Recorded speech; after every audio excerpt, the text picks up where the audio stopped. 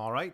Hello, everybody. It's Saturday night, means another live stream. So today I wanted to go over an article that I came across in one of the Free Stater Facebook groups that I'm a member of. I'm going to go ahead and put that in the description. Let me get that out first so people who want to can read it as we talk about it. Here we go. Here we go.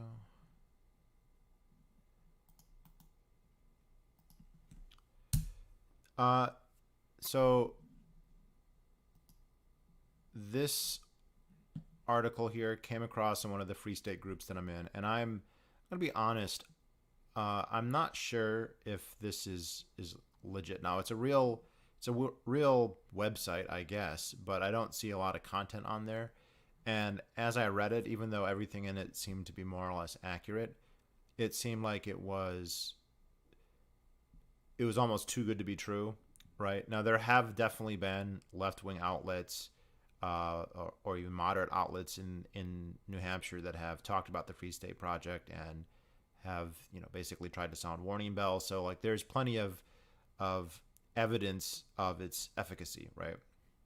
I mean, obviously, Free Staters and libertarians have been writing about it for a long time and saying that it's having an effect and that it's there's a lot going on, and indeed there is. But it's also nice to have basically an agreement on that from intellectual opponents, to have left-wing sources, democratic sources, mainstream sources do that. And there were a lot of articles to that effect when the last budget was passed. So this, I'm not sure. It seems almost too good to be true. Then at no point do they break the fourth wall, as far as I could tell. So, but part of me is not convinced that this may not just be some kind of, I don't want to say a deep fake, but some kind of advanced trolling. However, as I read it, I couldn't find anything that made it directly apparent that it was actually written by Free Staters. And even if it is, then this is I think some pretty good, some at least very funny, if not necessarily going to be effective agitprop. So go through the article, and it is titled. It's for something called the Progressive State Project, Live Your Principles. And it's got this map of the United States with all these green arrows leaving New Hampshire and going to these other more progressive states, Illinois, California, Hawaii, places like that.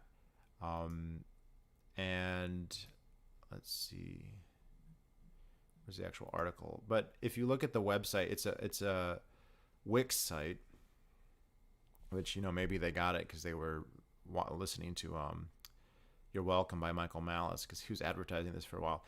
They don't have any other posts. It looks like it's set up to have people log in and sign up, so maybe there's content here that I just can't see. And you've got like a red fist, and it says PSP, Progressive State Project. The name, obviously a play on the FSP, Free State Project.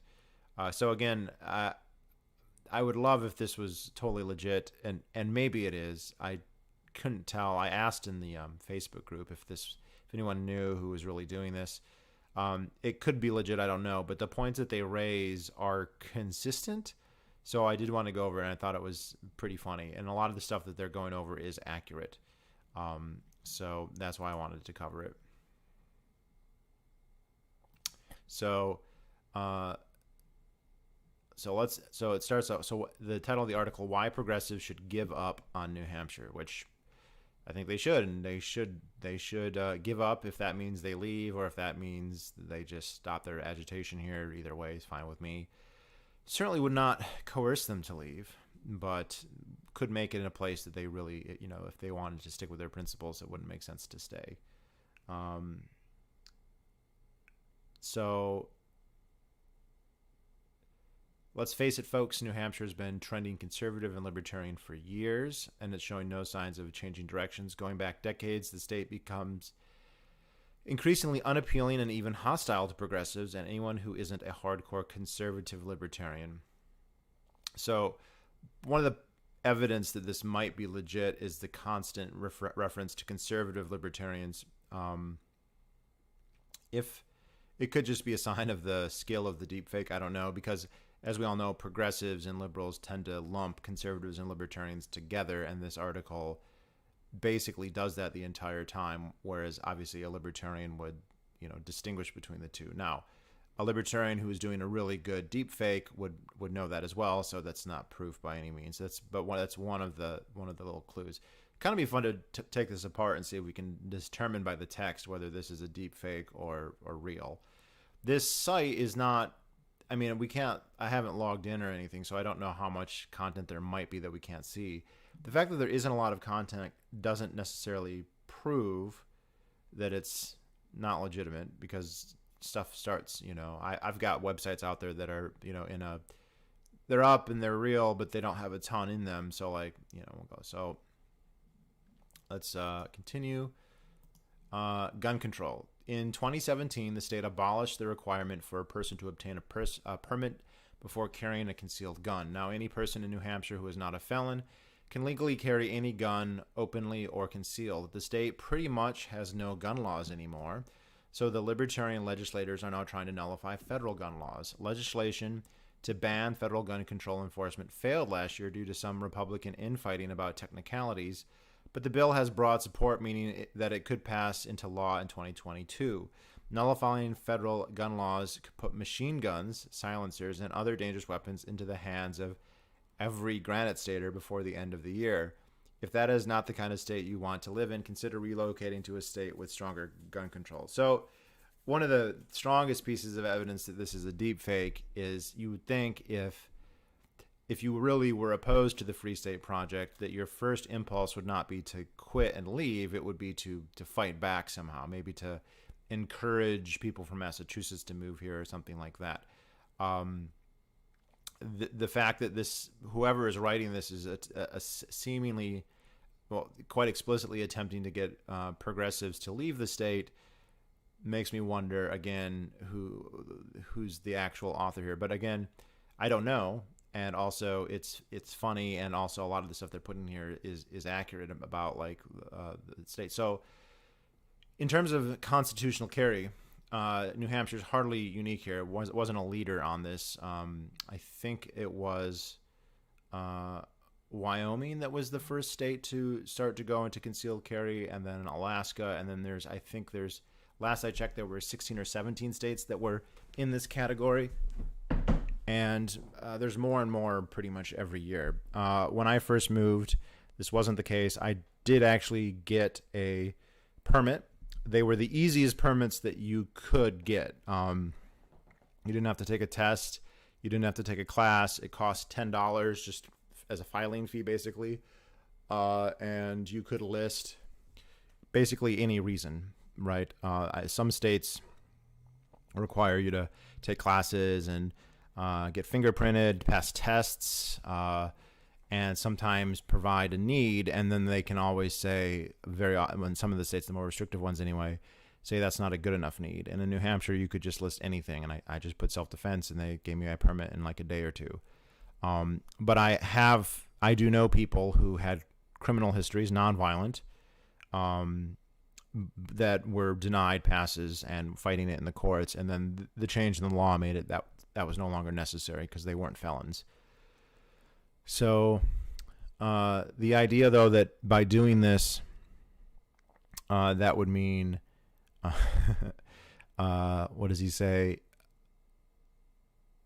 Could put a machine gun, silencers, and other dangerous weapons into the hands of every Granite Stater. Well, it's not likely that they're all going to. In fact, if you look at the gun ownership rates, they're, by U.S. standards, pretty low. It is actually interesting. New Hampshire is usually considered a rural state because it does have a large rural area. But if you look at the actual total population density per square mile, it's like 140. So it's actually one of the most densely populated states. Obviously not as densely populated as some huge cities, but if you average out like New York State, it's actually not that different. I will say that the rural community here, like hunting is not nearly as popular, agriculture is not nearly as widespread, and those are usually big bastions of gun ownership. Back home, where I'm originally from in Michigan, many more people hunted. There was a lot more agriculture, and farmers almost always had guns for pest control and other types of utilities, and also as just something to do. And you just don't really get that here. I don't think there's hardly any, like I say, high school students who hunt. There's just not a lot of game. There's not enough agriculture. So like, it's not a high per capita gun ownership rate, and it's not going to become everyone owning machine guns and all that stuff. But what they're kind of advertising here is like, this is the trend. They're decriminalizing stuff. I think it's probably a stretch to say there's no state gun laws, but it has become pretty deregulated, and now kind of the thing to do, right, is, and it's not just New Hampshire, as other states are doing this too, is attempting to nullify restrictive federal laws, which, great. And nothing, and here's the other thing. People will, what makes this seem plausible, again, not proof, is liberals and progressives do really hate concealed carry. They hate it when it's shall issue, where states require them to issue permits, even if there are stringent rules. And they certainly hate constitutional carry. But what's interesting is if you go and look at gun violence in the United States, and I've got up here Wikipedia, gun violence in the United States, and I have a murder rate per 100,000, and there's two states where they don't have a lot of enough data to give a number. Those are Alabama and Florida. But the lowest murder rate per 100,000, as per 2015, is New Hampshire, 1.1. And the gun murder rate is a little bit more than half of that, 0.6. Right? So gun homicides make up a little over 50% of the homicides, but the overall homicide rate is very, very low, 1.1. That's lower than almost any country in Europe, and it's the lowest of any state. If you look at the next state, it's Hawaii, then Vermont, and Maine. So you can see, like, of the top four, 3 of them are in northern New England. So it just tells you there. And I believe, Massachusetts is like 10th. And so Massachusetts is southern New England, and Massachusetts has very restrictive laws. Vermont, Maine, and New Hampshire don't. Vermont and New Hampshire both have extremely unrestricted laws, and it's kind of all similar lumped together. So this is an interesting thing where, like, progressives are really, really angry about concealed carry. They really hate it, and they just cry bloody murder. But then you just look, and there's no real. It's the lowest homicide rate that there is in this country.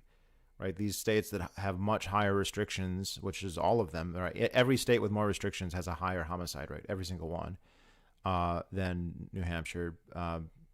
So, again, that doesn't prove anything, but it's interesting.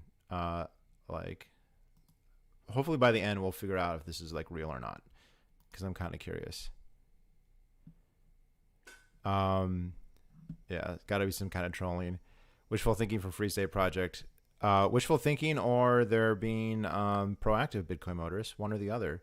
I am leaning that way too. I would love if this was legit. And there are progressive organizations, legitimate ones, who do hate the Free State Project. That is a thing.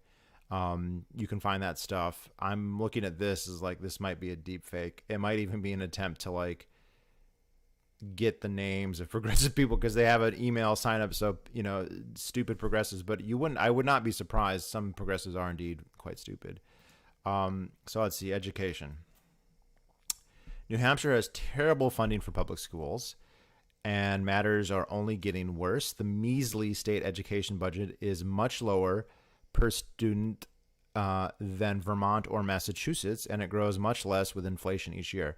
So again, this is interesting. So it compares it. It says it's low, and the reason it's low is because it's much lower than Vermont and Mass. Conspicuously absent in that statistic or that comparison is Maine. So New Hampshire shares a border with 3 states: Vermont, Massachusetts, and Maine. The omission there, to the extent that this wasn't just sloppy writing, which who knows, would indicate that it's probably very similar to Maine. It does seem that New Hampshire spends a lot less on education than many states, but it's not practically nothing. And it's also a little bit misleading because to say that the state doesn't do it doesn't mean that the cities don't. A lot happens at the municipal level. And I'll say I'm doing a lot of independent research into the school systems in New Hampshire. They're administrated by what is it called? SAUs, school administrative units, and there's I think 212 in New Hampshire. Every public school and every private school has one. Every charter school has one, and they're numbered up to 212 straight up, and then it skips like 100. And then those are like charter schools. So I think there's something slightly less than like 230, 240 school systems in New Hampshire. And most of them are getting most of their money locally, and they are actually spending a lot. And the amount that's invested in buildings and infrastructure and in salaries is actually significant. Just it's relatively not so much from the state government, but that's still good. In 2021, the Republicans dealt what may be a death blow to the state's struggling education system by creating a program that draws a potentially massive amount of money out of the public school system. The pandemic, yeah, see, this makes me think it's fake. The pandemic caused many parents in New Hampshire to homeschool, and a large portion of them do not intend to send their kids back to public schools. And now they want their tax dollars to be returned to them because they won't be using the government school system anymore. So I don't imagine any progressive would ever write that. I don't think that they think about it in terms of taxpayers' pay and any kind of expectation. Everything is an obligation to the state, and you don't deal with it like a contract. Anyway, the state and its politicians do not support public schools. I wish that was really true. And the 2021 legislation also included a ban on teaching children critical race theory. But that had no effect on funding. Parents in New Hampshire can pull their kids out of school and home, school them without any oversight by the state, which is good, and that's true. Some states allow homeschooling, but only heavily regulated, but this is not one of them. The attacks on teachers and school board members in New Hampshire are vicious and show no signs of relenting anytime soon. Of course, that does sound like something a progressive would say. If you say that the population of students are going down and therefore school funding should be reduced, that is, quote, a vicious attack against the school board. Again, doesn't prove that it's real. It could just be somebody who knows how to talk like a progressive, at least half the time. Anyone who values publication would be wise to look elsewhere if they're hoping to educate their children. If you're hoping to educate your children, then you would homeschool them. Right? If you value public education, then you're not looking to educate your child. You're looking for a babysitter who is going to sloppily indoctrinate them. But this is all true. Okay, all the again, deep fake or not. If you're progressive and you're watching this, I want to say that this is definitely true, and you should subscribe to this website, and you should definitely think about moving. If you're not, then you should pretend like it is. And take heart, because there's a lot of accurate stuff in here. So as I said in a previous video, when they passed that law, it's in the budget. They cut taxes and they cut spending even more, which in and of itself is an anathema to progressives and a wonderful thing. They budgeted to, I believe, with the idea that there would be about 28 or 30 families. It was actually a very specific number, like 27 families would take their kids out. And it turned out 70,000 families looked into it. Now, I don't know how many of them will, but 70,000 is something like 10% of the student body of the state. And if only half of them ended up doing it, that would still be 5%. And that would be huge, considering there's already a percentage that's not in there already. And I will say also, the COVID restrictions are pissing a lot of people off. I was talking to some high school guys at my gym who were saying Hillsborough County, which is by far the largest county, it's where Manchester is, I believe it's also where Nashua is, has approximately a third of the state population in Hillsborough County, is just getting beset by lawsuits by kids are getting sent home so often, burdened by tests, things like that, that a lot of parents are just taking their kids out and saying, fuck this. I was also heartened to find that one of these high school students tell me that he was convinced that the government wants people who don't trust the government to not take the vaccine so that they will then die and therefore leave a population that is more compliant to the government. And although I don't think that's true, I like the headspace that he was in.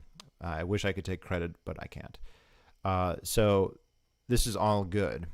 Now, would this actually motivate progressives to leave?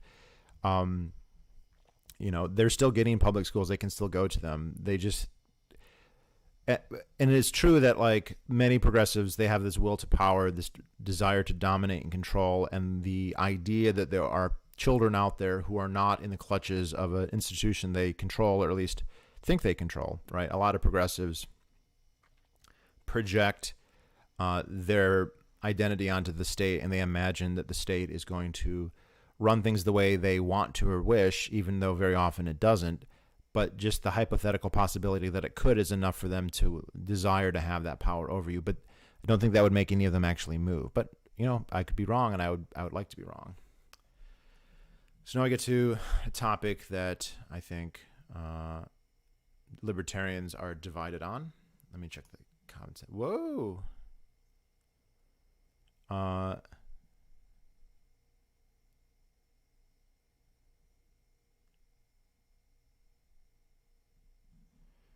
So let's see. Abortion. Yeah, so one of those issues that libertarians no longer completely agree on. If you went back 20, 30 years, I think most libertarians would be pro-choice, and I think that's significantly changed. I wouldn't say it's mostly pro-life at this point, but it's like, I wouldn't even say it's 50-50, but there's a big debate now. But let's see what they have to say. One of the best things about New Hampshire was that it did not restrict abortions in any way. It was one of only 8 states that allowed women to have abortions without getting involved in their reproductive health decisions. The Republicans used the budget bill to ban all abortions after 24 weeks, instantly making New Hampshire one of the worst states for reproductive health. It's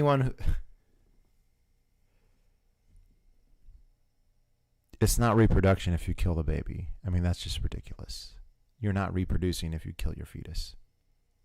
That's not reproduction. That's anti-reproduction, but I digress. Again, deep fake here probably.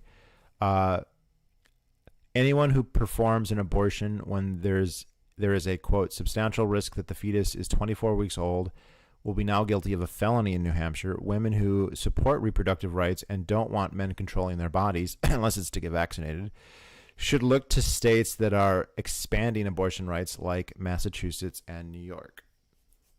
So again, like the fundamental problem here is the logic that if you're losing a political battle as a progressive, the thing you should do is pile on in a state where you're already getting what you want. Like the whole point is not to live your life a certain way. The whole point of progressivism is to control other people's lives. And so if you have a state that's already progressive, say New York or Massachusetts or California, you will get the progressive life that you want, but you will not be really adding progressive control over anything else. Progressives moving, I shouldn't say this because I want progressives to leave the state, but I don't think many of them are going to watch my channel, so it's probably fine. It would make sense for you to go to some place that's like a swing state, right? If you're progressive, you want to evangelize and you want to you want to coerce other people through your ballot initiatives and through your voting to conform to what you want. And if you move to some place that's already controlled by progressives or a one-party state, then that's not going to happen. So I don't think that a libertarian takeover of New Hampshire is something that would really logically lead to them wanting to leave, unless they could say, well, we're never going to win here, which I hope is true and might be true. So what we should do is focus on swing states. But maybe it would be better if they move to, they just all move to California. That would be fine. But it is interesting too, this idea that, women have reproductive rights over their bodies, unless we're talking about COVID-19, and then the state owns their bodies and the state can tell them and mandate what they put in or don't put in. Also, it's just ridiculous. It's so funny to call abortion reproductive rights. It's like calling murder like population control. Demographics, right? It's demographics. Changing the demography.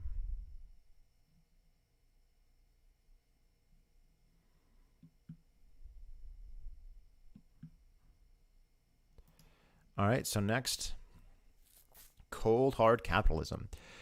As perhaps the most capitalist state in the United States, has a 7.25 hour minimum wage, a weak social welfare system, possibly the weakest in the U.S. I'd love to see how the metrics there, and few economic regulations at all. Recently, the Republicans cut every tax and totally eliminated the tax on dividends from investments, making it even easier for the rich capitalists to become even richer. If you are sick of rich conservatives refusing to pay their fair share in taxes, look anywhere but New Hampshire. No, but then that means they need to stay to try and tax those rich people. So again, this sounds more like a progressive could write this, except for the last sentence. So yeah, that's great. And there's no income tax and there's no sales tax. Property taxes should come way, way, way, way down though. That's where the rubber hits the road. The overall tax burden is still quite low. I think it's the second or third lowest in the country. But that's where a lot of it's coming. And they also have things like toll roads are relatively common here, although these are among the least objectionable types of revenue generation that you can have. And then they have a liquor monopoly, which I don't drink, and I actually think that people should not drink or encourage not drinking. And it is a regressive form of taxation, essentially because it falls hardest on the poor. But then again, if they weren't, if they didn't run it, the liquor would be a lot cheaper and more readily available. But if we're going to talk about taxes, they should cut. It should be the property taxes.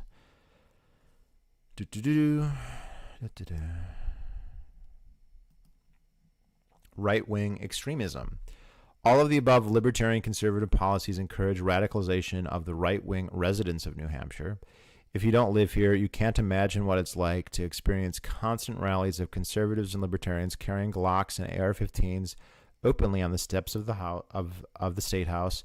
Every few weeks, hundreds of these extremists gather at the Capitol and yell about how much they hate the government, often though through bullhorns and professional speakers. The government and cops don't even try and stop them anymore. A few weeks ago, one state representative filed legislation for the state to secede from the union altogether. Some reports claim that the legislation might already have 10 co-sponsors, which is the maximum allowed per state law. In a recent poll by the state's largest print publication, 70% of respondents supported the legislation. By the way, the legislation only would dictate that it go to a plebiscite, that the voters vote on it. That's it. Which would officially put secession on the ballot for the people to vote on. With increasingly libertarian politics and an increasing polarization of the states, it seems like it's only a matter of time before the libertarian hellhole of a state leaves the union. Amen. Oh, and I looked this up when I was researching this. New Hampshire was the first of the 13 colonies to form its own government. It was the first to secede from Great Britain. I did not know that, so I think that's something they should talk about a lot more. So we were first to leave the United Kingdom. We should be the first to leave the United States and follow that glorious tradition. But you think about this, it is like the Free Staters, or at least some subset of them, are kind of like the libertarian Antifa. Now, they're guided by respect for property rights and personal autonomy and a vigorous and I would say, for the most part, intellectually honest debate about ethics, which is not the case with Antifa, right? Their politics flows through the barrel of a gun, and they will lie, cheat, steal, do whatever it takes to pursue power, and they're much more violent. But Free Staters are armed to the teeth. They're open with it. They're organized, and they show up. They show up to protest all the time, and it more than counteracts the local progressive movements to the extent that those even exist. Quite dwarfs them, honestly. And a site like this hopefully will help in that endeavor. Even if a progressive will recognize this as some kind of deep fake, I think they would still find it very disheartening, which would also be good. The Free State Project, libertarians and conservatives have successfully taken over New Hampshire, and it's too late for progressives to take it back. It's time for the left to write off the state as a loss and enjoy the other 49 states. I'm going to click on the link here where it says Free State Project and see where that goes. Okay, yeah. So it redirects to the Free State Project's homepage. So here we go, ladies and gentlemen. We have confirmed this is a deep fake because the actual progressives of New Hampshire would not be hyperlinking to the Free State Project. I'm looking at this Free State Project, Liberty in New Hampshire. Join thousands of freedom-loving people. Learn about the movement. Ooh, this looks like a good site, and it's a picture of them hiking. That looks like that is Mount Adams looking back to Cannon, if I'm not mistaken. Yeah, put a link to that so y'all can see. So I think the jury's in. This is a deep fake. This is definitely a deep fake, but a funny one and a true one. You know, that's some of the good work. Whoever used Wix that they probably got from Part of the Problem, or you're welcome. There it is, people.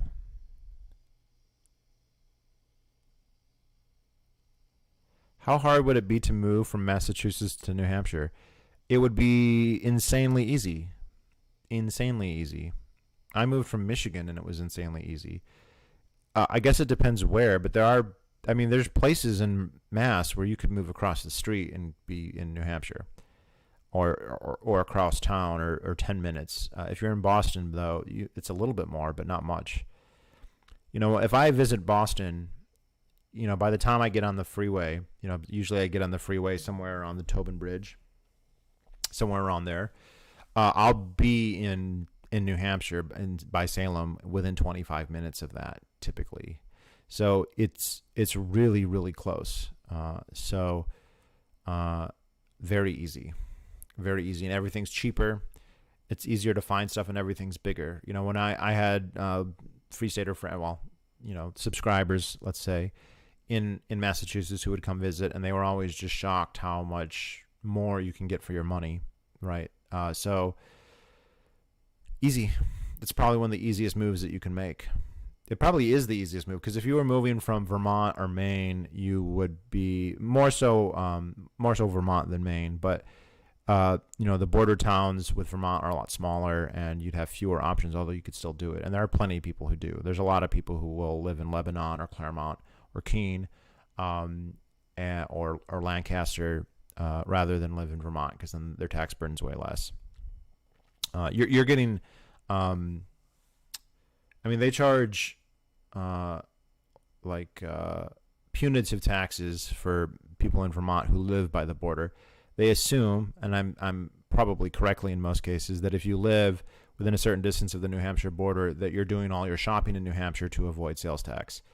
And so you are then just assessed a tax, assuming that you don't have to pay if you can prove you never bought anything in New Hampshire, which is, of course, impossible to prove a negative. So very, very clever, Vermont. But anyone who, doesn't like that will move.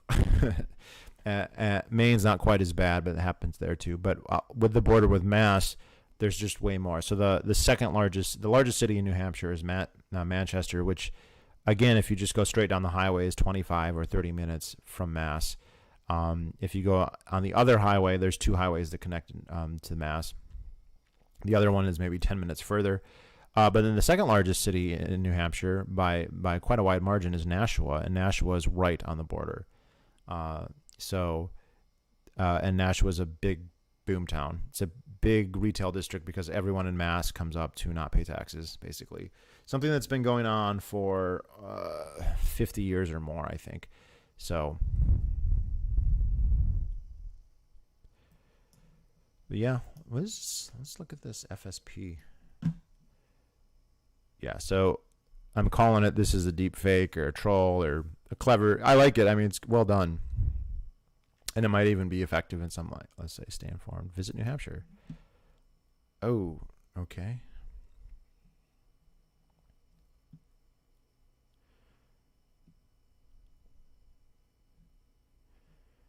Tour the Merrimack Valley. Oh, there's a picture of Manchester. That's the west side. That's where I live. Tour the Monadnock region. No, Monadnock region sucks. That's where Keene is.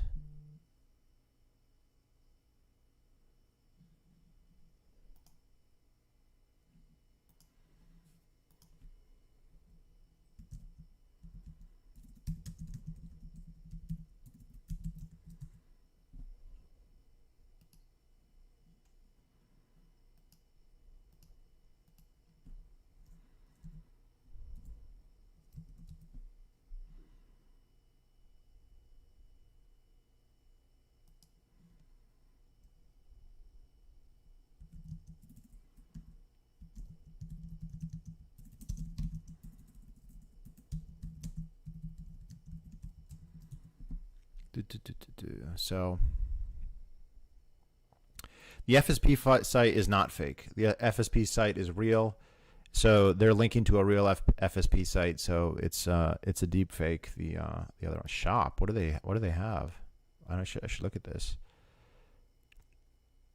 They're not selling PorcFest tickets yet. Oh wait, PorcFest 2022 general admissions, $60. Got hats. It's pretty lame actually. They got a lot of leftover stuff that they didn't sell from previous PorcFests, to be honest. No guns.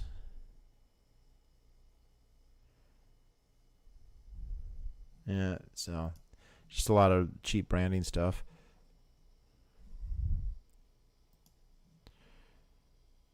The New Hampshire Advantage.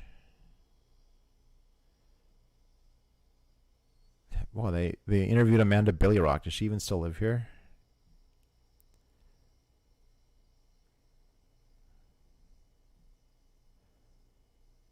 Forbes, #1 for child well-being, #3 for raising a family, #4 for quality of life, #5 for safety, #8 for health, #10 for happiness.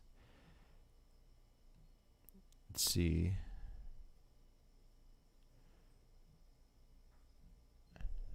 Yeah. It's great.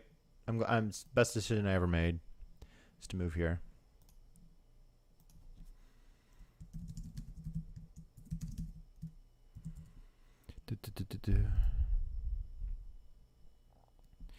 What do I think about Ayn Rand? I've read some of Ayn Rand's books, not all of them. I started to read Atlas Shrugged and I couldn't get through it. I've read Philosophy Who Needs It and a couple other stuff. But she's brilliant, but I don't agree with her politics on everything. Like a really smart lady and amazing life, and I definitely respect her a lot, but I haven't read that much of her stuff, to be honest. Hey, pro-slavery. Everyone should go onto Odyssey. That's right, I shouldn't have said that earlier. Everyone should go onto Odyssey and check out my channel there. There's stuff on there that's not on YouTube, and prime example is my slavery debate with pro-slavery guy. So go, that's stuff that's too hot for YouTube that YouTube will take down. So, I'm putting independent content on there, and there's a nice debate on slavery there that I don't think I could ever upload onto YouTube.